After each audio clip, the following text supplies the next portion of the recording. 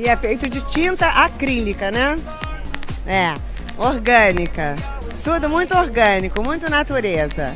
E não pode tocar, tá? Don't touch, it's art. Você tá chamando o Brito? Romero Brito? Se eu tô chamando? Catrina? É óbvio, velho. Vai doer pra caralho meu braço, velho. Guarapari Búzios é minha arte. E o Brito?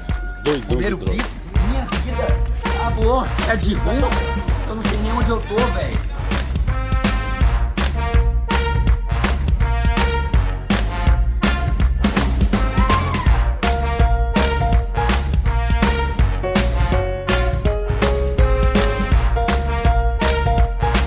Ok, eu sou a Lana e esse é o Pataquadas. Pataquada, que significa presepada, palhaçada, tolice, traquinagem, fazer arte. Aqui você fica sabendo das principais notícias do mundinho da arte. Se você chegou aqui agora e não conhecia o Não Pode Tocar, este é um podcast sobre teoria, história, crítica de arte e temas afins. No nosso feed, você encontra, além dos episódios do Pataquadas, os nossos programas de temporada, com ensaios, entrevistas e bate-papo. E o Não Pode Chorar, no qual nós contamos algumas desventuras da vida e pensamos em modos criativos de lidar com elas. Nós estamos presentes em todos os agregadores de podcast e nas plataformas comumente usadas para ouvir músicas, como o Spotify e o Deezer. Você também pode ouvir a gente pelo YouTube ou diretamente no site notamanuscrita.com. Em notamanuscrita.com você encontra a postagem original com a descrição completa deste episódio. Se você ficar com preguiça de digitar notamanuscrita.com no seu navegador, basta clicar na imagem de capa que, na maioria dos tocadores de podcast, você será direcionado para a postagem original. Lá, você encontra os links para as referências comentadas no episódio e para os nossos perfis pessoais e oficiais. Quem comanda os nossos perfis oficiais é o Chewie, o primeiro e único cão podcaster. Vai lá ganhar uns lambeijos do Titi. Tanto no Twitter quanto no Instagram, você encontra o Chewie como @nãopodetocar. Sempre o D de pod no mudo. No finalzinho da postagem, nós deixamos uma chave Pix e o link para o nosso PicPay. Acesse picpay.me/nãopodetocar e considere contribuir financeiramente para a manutenção deste projeto. Qualquer valor será muito bem-vindo. Se não der para contribuir financeiramente, só de nos seguir nas redes e de compartilhar este episódio com outras pessoas, você já nos ajuda e muito. Neste episódio, além da minha voz, você vai ouvir a coluna aberta de Denis Almeida, que falará sobre os malditos parnasianos e as falhas de comunicação que ocorrem quando a linguagem é muito rebuscada. Lembrando que todas as notícias estarão linkadas na descrição do episódio. Sem mais delongas, bora lá! Primeiro, as notícias internacionais. Justin! I don't speak English. I don't speak Portuguese. Justin. Justin. Justin. Justin. Justin. Justin.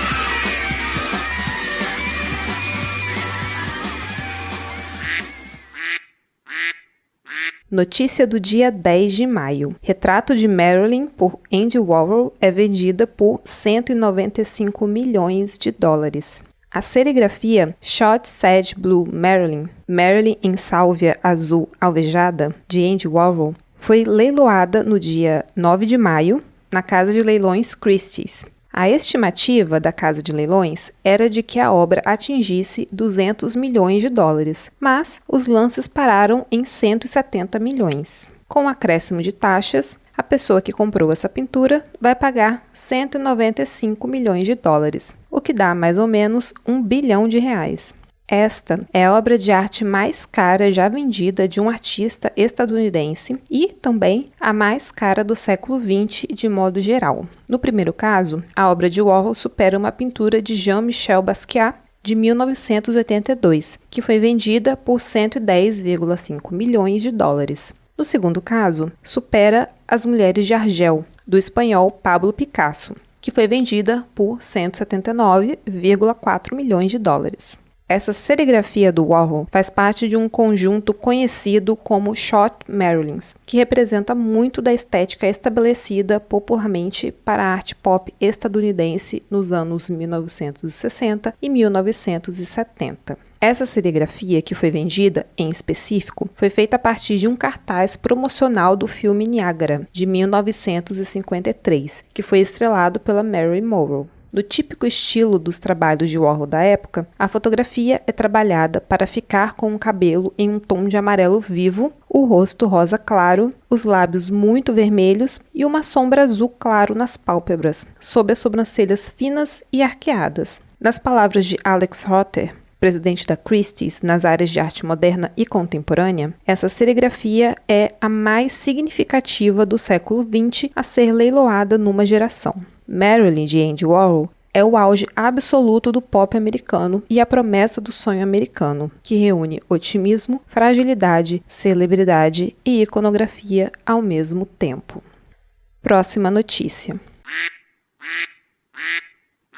Notícia do dia 11 de maio. National Gallery e Guggenheim buscam se desvincular do nome Sackler. Em notícias passadas, a gente já comentou aqui que existe uma grande mobilização internacional no mundo da arte para que instituições parem de receber apoio da família Sackler. Antes dessa notícia, por exemplo, o British Museum, o Metropolitan Museum of Art de Nova York e o Museu do Louvre, em Paris, já haviam retirado o nome da família de seus espaços e recusado suas doações. A família Sackler é a dona da Purdue Pharma, que é uma das principais fabricantes de opiáceos, como é o caso do medicamento oxicodona. O uso de opiáceos é uma das maiores crises de saúde dos Estados Unidos, e essa empresa é acusada de promover esse uso indiscriminado e encobrir o fato de que esse medicamento causa dependência. Já foi feito um acordo com o governo estadunidense para que a família Sackler não seja responsabilizada nos processos relativos ao uso indiscriminado de oxicodona. Nesse acordo, os Sackler vão pagar 6 bilhões de dólares. Mas isso parece pouco se comparado ao lucro que a empresa já teve e continuará a ter com a venda desses medicamentos. Além de ser um valor ridículo frente aos mais de 1 trilhão de dólares anuais gastos com a crise de saúde. Nesse jogo político, a família Sackler sempre se utilizou do apoio às instituições de arte para limpar a sua imagem. A National Gallery de Londres, por exemplo, retirou o nome da sua sala 34, que se chamava Galeria Sackler, mas isso após 30 anos de financiamento. No caso do Museu Guggenheim, em Nova York, não houve nem anúncio público, apenas a retirada dos nomes do site. Afinal, a instituição também manteve esse financiamento por décadas. Próxima notícia.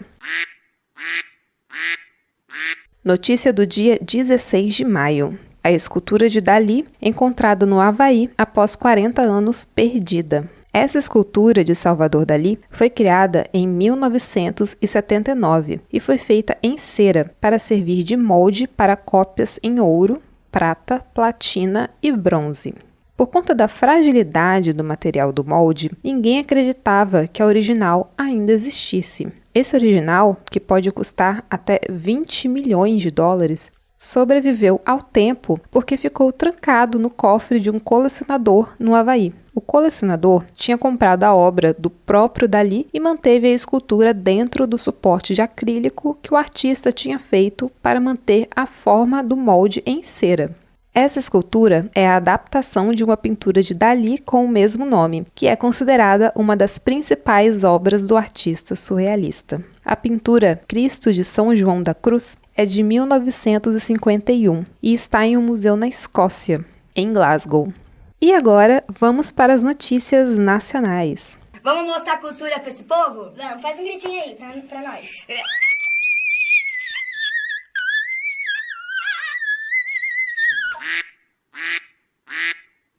Notícia do dia 30 de abril. Museu da Diversidade fecha após decisão da Justiça de São Paulo.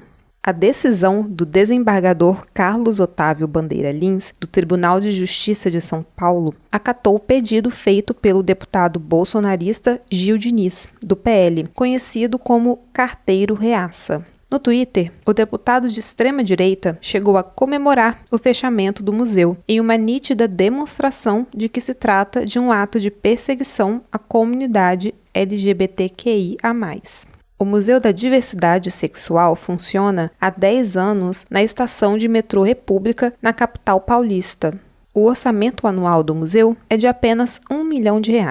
Até recentemente, o museu era gerido pela Organização Social Amigos da Arte, diretamente vinculada à Secretaria de Cultura.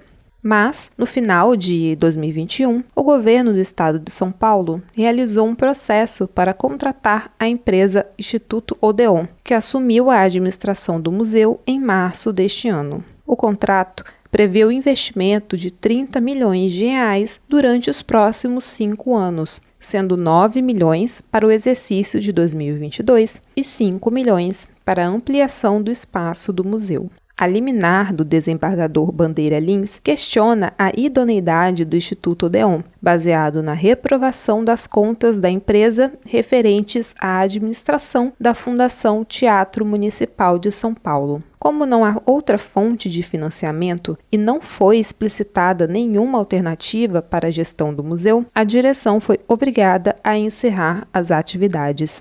A reportagem de Gustavo Fiorati para a Folha de São Paulo, o especialista em gestão de equipamentos públicos culturais disse, abre aspas, se a justiça avalia como inevitável que o contrato seja suspenso, havia como alternativa dar, a pedido da Secretaria, um prazo em benefício do interesse público para que fosse feito um contrato emergencial que pudesse dar prosseguimento às atividades do museu. Fecha aspas. Na mesma reportagem, a advogada constitucionalista Vera Chemin disse que não há, abre aspas, o porquê da suspensão do contrato, em razão de supostas irregularidades ou ilegalidades que são passíveis de serem investigadas com o funcionamento normal de suas atividades. Fecha aspas. A decisão sobre o fechamento foi publicada no dia 29 de abril. Já no dia 16 de maio, aconteceu um encontro na Câmara Municipal de São Paulo com ativistas contra o fechamento do museu. No dia seguinte, a bancada feminista do PSOL entrou com uma ação pedindo o reconhecimento do dano público causado pelo fechamento da instituição.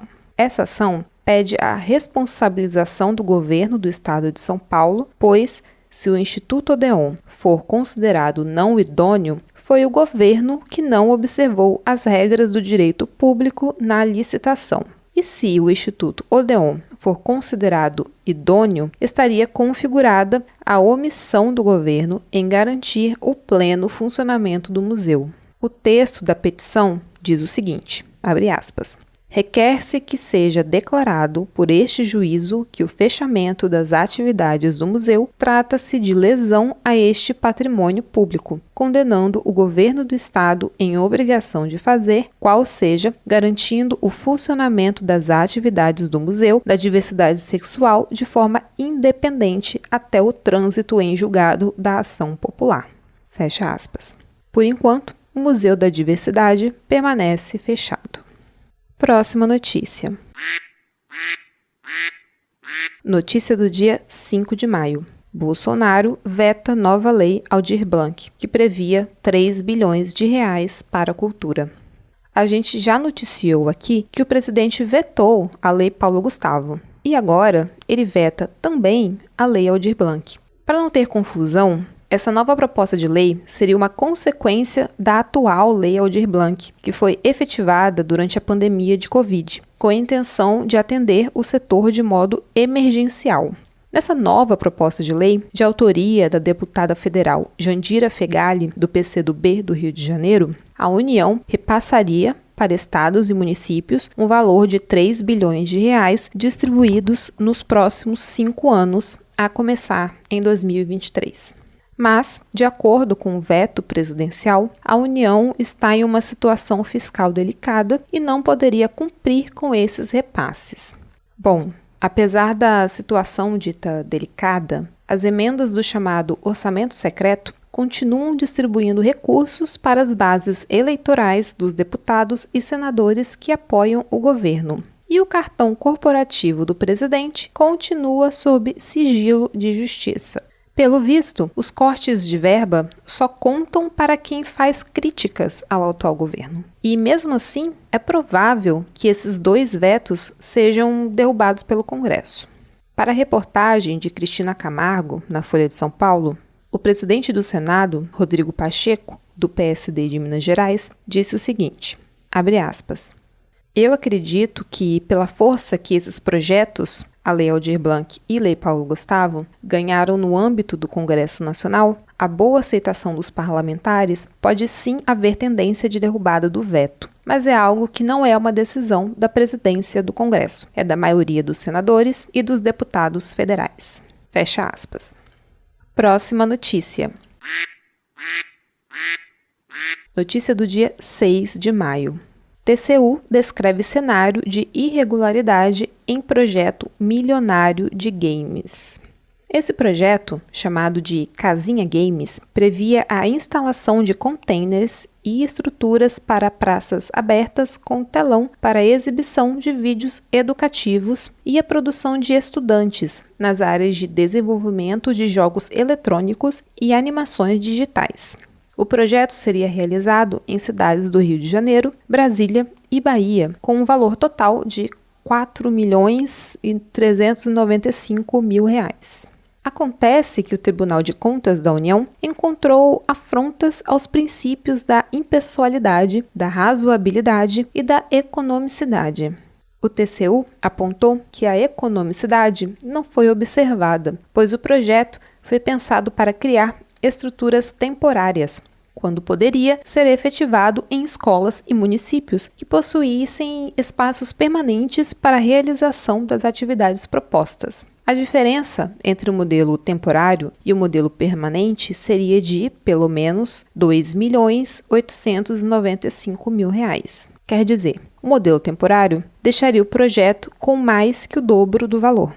Além disso, o TCU também encontrou problemas na contratação da empresa Ghost Jack Entertainment, sediada em Belo Horizonte.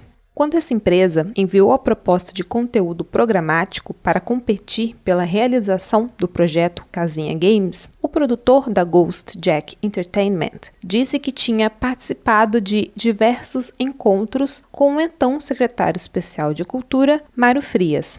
Isso já seria estranho, mas fica ainda mais estranho quando se verifica que o conteúdo da proposta da empresa foi idêntico ao do conjunto de disciplinas do projeto. Quer dizer, é como se a empresa tivesse escrito o projeto já sabendo que seria escolhida para a realização. Para completar a pataquada, a Ghost Jack Entertainment foi a única empresa que apresentou proposta. Fica o lembrete de que o filho do presidente, Jair Renan Bolsonaro, conhecido como 04, já foi questionado por envolvimento em conversas para facilitar interesses particulares sobre projetos na área de games. Ainda assim, todos os envolvidos negam irregularidades nas conversas com o filho mais novo do presidente. Próxima notícia. Notícia do dia 8 de maio. Os mistérios e polêmicas que cercam um chinelo no Museu do Ipiranga. Essa foi uma daquelas situações em que as redes sociais se tornam notícia. Acontece que, durante as obras de restauração do Museu Ipiranga, que devem ser encerradas até o dia 7 de setembro, muitos objetos são encontrados. Alguns desses objetos ficaram perdidos entre pisos e paredes e ninguém faz ideia de como foram parar lá. Quer dizer, não são objetos que fazem parte do acervo da instituição, ao menos não de modo oficial. Desde que começaram as obras de reforma e restauração do Museu do Ipiranga, mais de 1.200 objetos foram encontrados e guardados pela equipe que realiza as obras. São coisas simples, como garrafas, objetos de casa, um cachimbo e, o que virou notícia, um chinelo de dedo do modelo Havaianas. O diretor da Ciência Consultoria Científica, empresa responsável pelo monitoramento arqueológico das obras, Renato Kipnis, resolveu levar ao público os questionamentos que ele mesmo escuta muito, até de sua própria equipe. Afinal, valeria a pena guardar esses objetos que são sempre encontrados em obras desse tipo? O que fazer com objetos que, muitas vezes, são tão antigos quanto aqueles que estão no acervo da instituição ou, em outros casos, revelam parte da história não contada desses locais? As postagens no Facebook e no Instagram perguntavam para o público qual deve ser o destino dessa peça. O chinelo deve ir para o lixo ou para a reserva técnica? Se a decisão fosse sua, o que você faria? Daí, vocês já podem imaginar o chilique do povo conservador. Mas, no fim das contas, o vice-diretor do Museu Paulista, Amâncio Jorge de Oliveira, considerou que a discussão foi bem interessante. Ele disse, abre aspas, acho legítimo que se defendam certos valores. O que não acho legítimo é que esses valores não sejam tensionados, que não se estabeleçam novas perspectivas para a complexidade das nossas relações sociais. E o que nós queremos é justamente isso, abrir um diálogo mais interessante sobre a sociedade brasileira e suas múltiplas facetas. Fecha aspas. Próxima notícia. Notícia do dia 11 de maio. Burocracia encobre censura no MASP. Recentemente, o MASP foi palco de 2 episódios de nítida censura interna. O primeiro foi o cancelamento praticamente na véspera de um evento de lançamento do livro Sem Medo do Futuro, de Guilherme Boulos. Depois veio o cancelamento de parte da mostra Histórias Brasileiras, que seria organizada por Sandra Benites, a primeira indígena a se tornar curadora adjunta do museu, e a crítica de arte e curadora Clarissa Diniz. Foram as curadoras que pediram o cancelamento da mostra, pois o museu não havia dado prazo hábil para a exibição de uma série de fotografias do acervo do Movimento do Sem Terra. Sobre essas duas situações, J.B. Medeiros escreveu em um texto para o portal Arte Brasileiros, abre aspas, a sequência desses fatos no MASP é indicativa de um surto perigoso, asfixiados pela burocracia do governo federal, que por sua vez tem um propósito único e assumido, o da perseguição política e ideológica. Os museus brasileiros parecem não atentar para o fato de que não são propriedade de um establishment político, mas abrigam o próprio conceito de nação. Essa metástase de uma censura escorada em argumentos burocráticos, de frágil argumentação teórica e legal, se espalha rápida e preocupantemente desde o poder central do Brasil. Em dezembro, o Museu da República mandou interromper o trabalho de catalogação e preparação da coleção Nosso Sagrado, um acervo secular composto por 519 peças de arte afro-brasileiras, que ficou mais de um século sob a guarda da polícia do Rio de Janeiro, criminalizado devido à intolerância religiosa e racial. A ordem de interromper o trabalho e engavetar todo o material veio do Instituto Brasileiro de Museus, IBRAM, órgão do governo federal, e partiu de um extremista religioso que ocupa cargo de relevo na alta burocracia dos museus. É preciso lembrar a essas instituições que o alinhamento circunstancial e oportunista de um museu a um ideário de plantão, mesmo que seja por motivos de saúde financeira, tem custos definitivos. A presença do museu na sociedade é estruturante, tem repercussões de natureza formativa, educativa, emancipadora. Fecha aspas. Próxima notícia. Notícia do dia 17 de maio. Primeira curadora indígena pede demissão do MASP após veto a fotos do MST. Pois é, em complemento à notícia anterior, a Sandra Benites pediu demissão do MASP.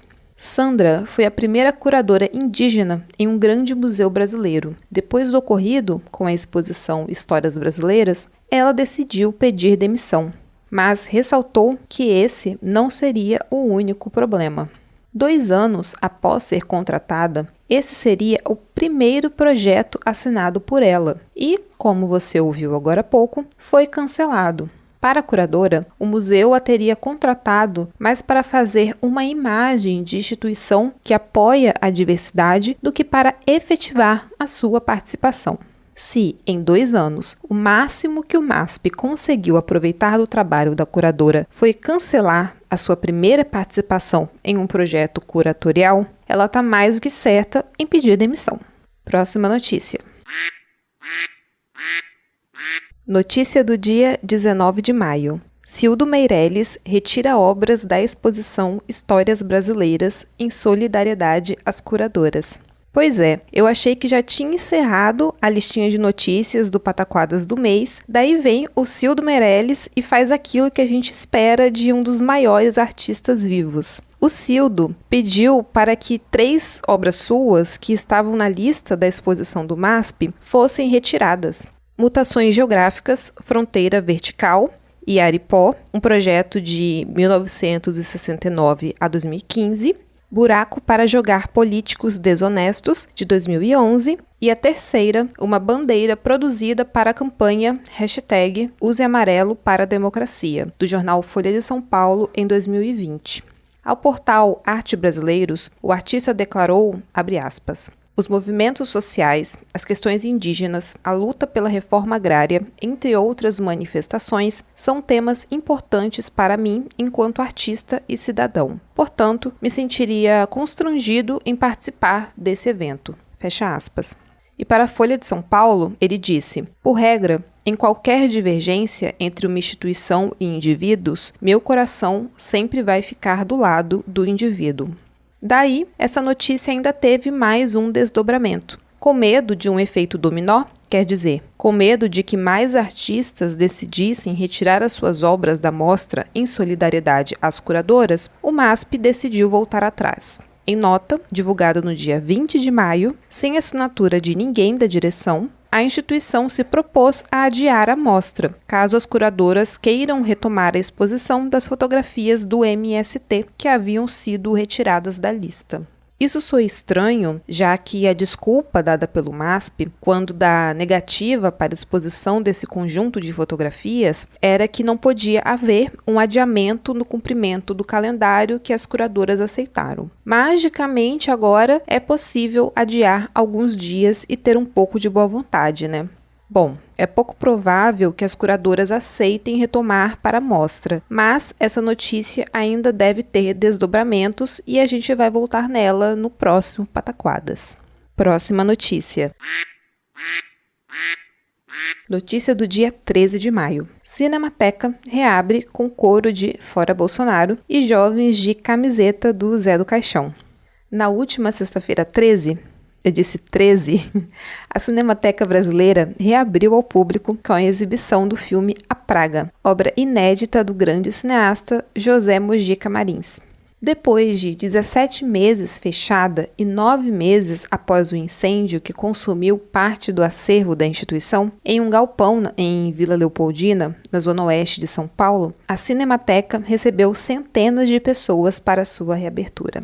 A gente comentou aqui no Pataquadas todo esse processo irresponsável de abandono da Cinemateca. Desde novembro de 2021, a Sociedade Amigos da Cinemateca assumiu a administração da instituição e planejou sua reabertura, além dos projetos de cuidado e restauração do acervo, que é o maior que nós temos.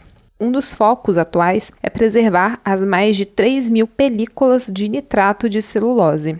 Esse material é muito frágil e suscetível ao fogo, tanto que foram os itens mais atingidos pelos incêndios que a instituição sofreu em 1957, 1969, 1982 e 2016. Nessa reabertura, o produtor Eugênio Pupo, que foi responsável pela finalização do filme A Praga após a morte de Mojica em 2020, disse o seguinte, abre aspas, o filme poderia nunca ter sido recuperado e exibido. Este filme, assim como a instituição em que estamos agora, são exemplos do princípio de que preservar o cinema é preservar a nossa memória. mesmo com o corte de incentivos por parte de governos que não entendem a importância do trabalho de preservação audiovisual. Fecha aspas. No final da fala, o Eugênio Pupo lançou um grito de fora Bolsonaro e foi seguido pela plateia. Outra fala importante desse evento de reabertura foi a de Coronel Marins, filho de Mojica, que disse, abre aspas, nem tudo que possam fazer contra a cultura, seja nazismo, fascismo, qualquer outro totalitarismo, não poderão destruir a cultura. A destruição não é o maior problema, porque tentar enjaular a cultura é até pior do que tentar destruir a cultura. Um pássaro na gaiola não é realmente um pássaro. Uma cultura com censura, limitações, não é a verdadeira cultura de um povo. A Cinemateca nos representa como seres humanos produtores de cultura. Fecha aspas. Próxima notícia. Notícia do dia 19 de maio. Mapa da época do Brasil Colônia é encontrado durante limpeza de biblioteca atingida pelas chuvas em Petrópolis, no Rio de Janeiro. Depois das chuvas do dia 15 de fevereiro, que destruíram parte da cidade de Petrópolis, diversos profissionais da restauração começaram um trabalho intenso de resgate do acervo da Biblioteca Municipal, que é a terceira maior do estado do Rio de Janeiro e uma fonte de pesquisa para historiadores de modo geral. A biblioteca tem um acervo estimado em 150 mil volumes, quer dizer, tem documentos ali que nunca foram estudados e materiais que estão guardados lá desde a fundação da biblioteca, em 1871. Nesse trabalho de resgate, alguns documentos que não estavam catalogados foram encontrados. Um desses achados é um mapa de 1757. Esse mapa mostra as movimentações das coroas portuguesa e espanhola durante as chamadas Guerras Guaraníticas, que foram as batalhas que tomaram as terras dos povos Guarani na região. E fica agora com a coluna aberta do Denis Almeida. Então, assim, eu não entrei no programa para ganhar roupa, não entrei nesse programa para ganhar nada. Eu entrei de gaiato no programa e agora eu tô aqui.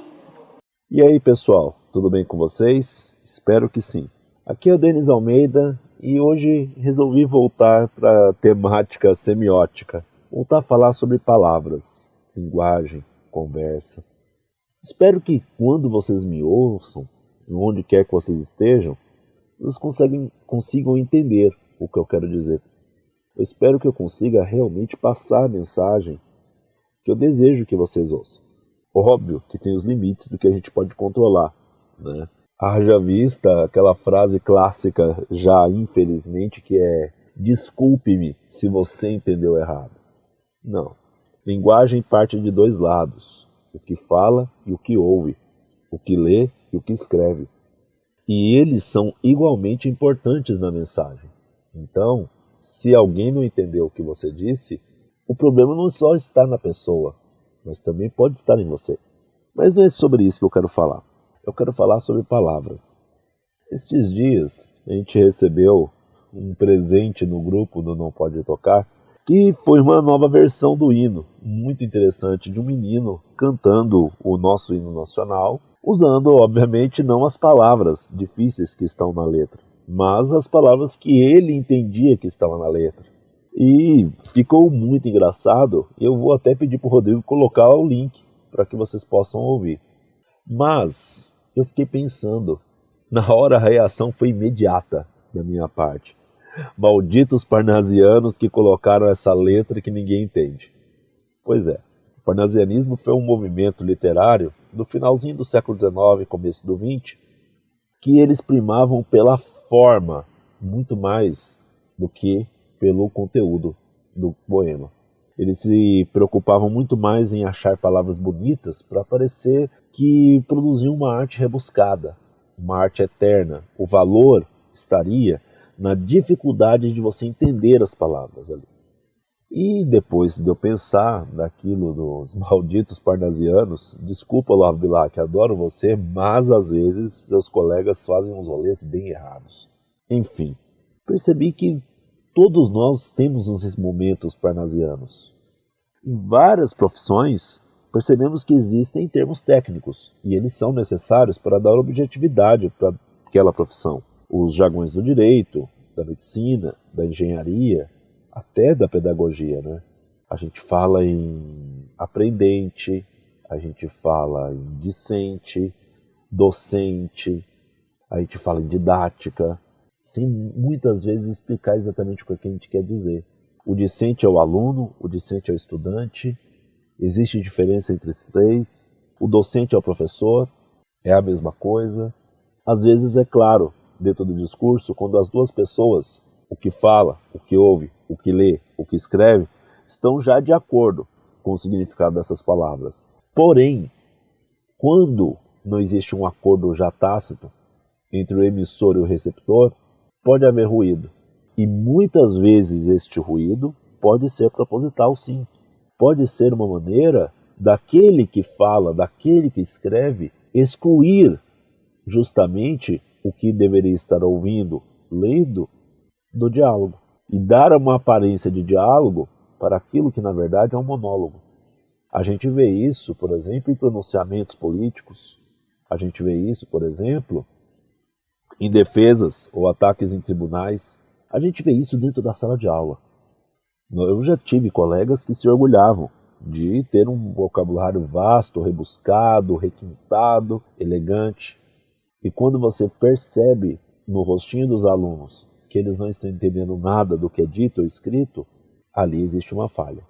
Existe falha, por exemplo, quando você coloca termos em inglês, nada contra os anglicismos. Às vezes a gente usa uns, não é?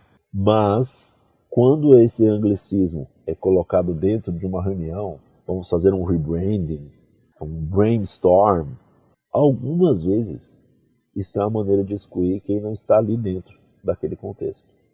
No entretenimento, nos filmes, isso é comum acontecer. A exclusão pela linguagem. A exclusão usando termos estrangeiros, usando arcaísmos, usando aquele português castiço, como diria o vovô. Isso é muito comum de se acontecer, infelizmente. Você se impor hierarquicamente ao receptor da mensagem através da linguagem. Então, seja você escritor, seja você professor, seja você quem for, preste sempre atenção se a sua mensagem está sendo realmente recebida e se você realmente tem a intenção de que ela seja recebida e entendida. É isso, pessoal. Espero que tenham gostado. Eu continuo aqui no Não Pode Tocar, no Pataquadas aqui com a Alana e no Twitter, no @Denis com 2 N's, Papai Não Economizou Almeida, tudo junto, 82 também junto, falando sobre história, didática, semiótica, educação e sempre sobre gatinhos.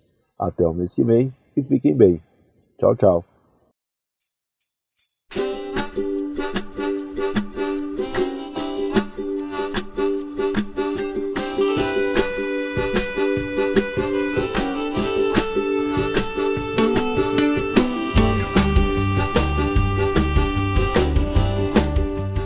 Encerramos mais um episódio do Pataquadas. Se você gostou ou não gostou, fala com a gente. Você pode entrar em contato com a gente através do nosso e-mail, que é o nampodetocar@gmail.com, ou nos nossos perfis pessoais e oficiais, que estão todos linkados na descrição completa deste episódio, na postagem original em notamanuscrita.com. Lá no site você encontra, além dos episódios de todas as nossas temporadas, textos de processo, resenhas, crônicas, contos, críticas, ensaios, artigos acadêmicos e diversas outras produções. Aproveita que você está aí e confere o finalzinho da postagem. Lá você encontra uma chave Pix e o link para o nosso PicPay. Acesse picpay.me/nãopodetocar e considere apoiar financeiramente este projeto. Se não der para apoiar financeiramente, só de seguir os nossos perfis oficiais e compartilhar este episódio, você já nos ajuda e muito. Tanto no Twitter quanto no Instagram, você encontra a gente com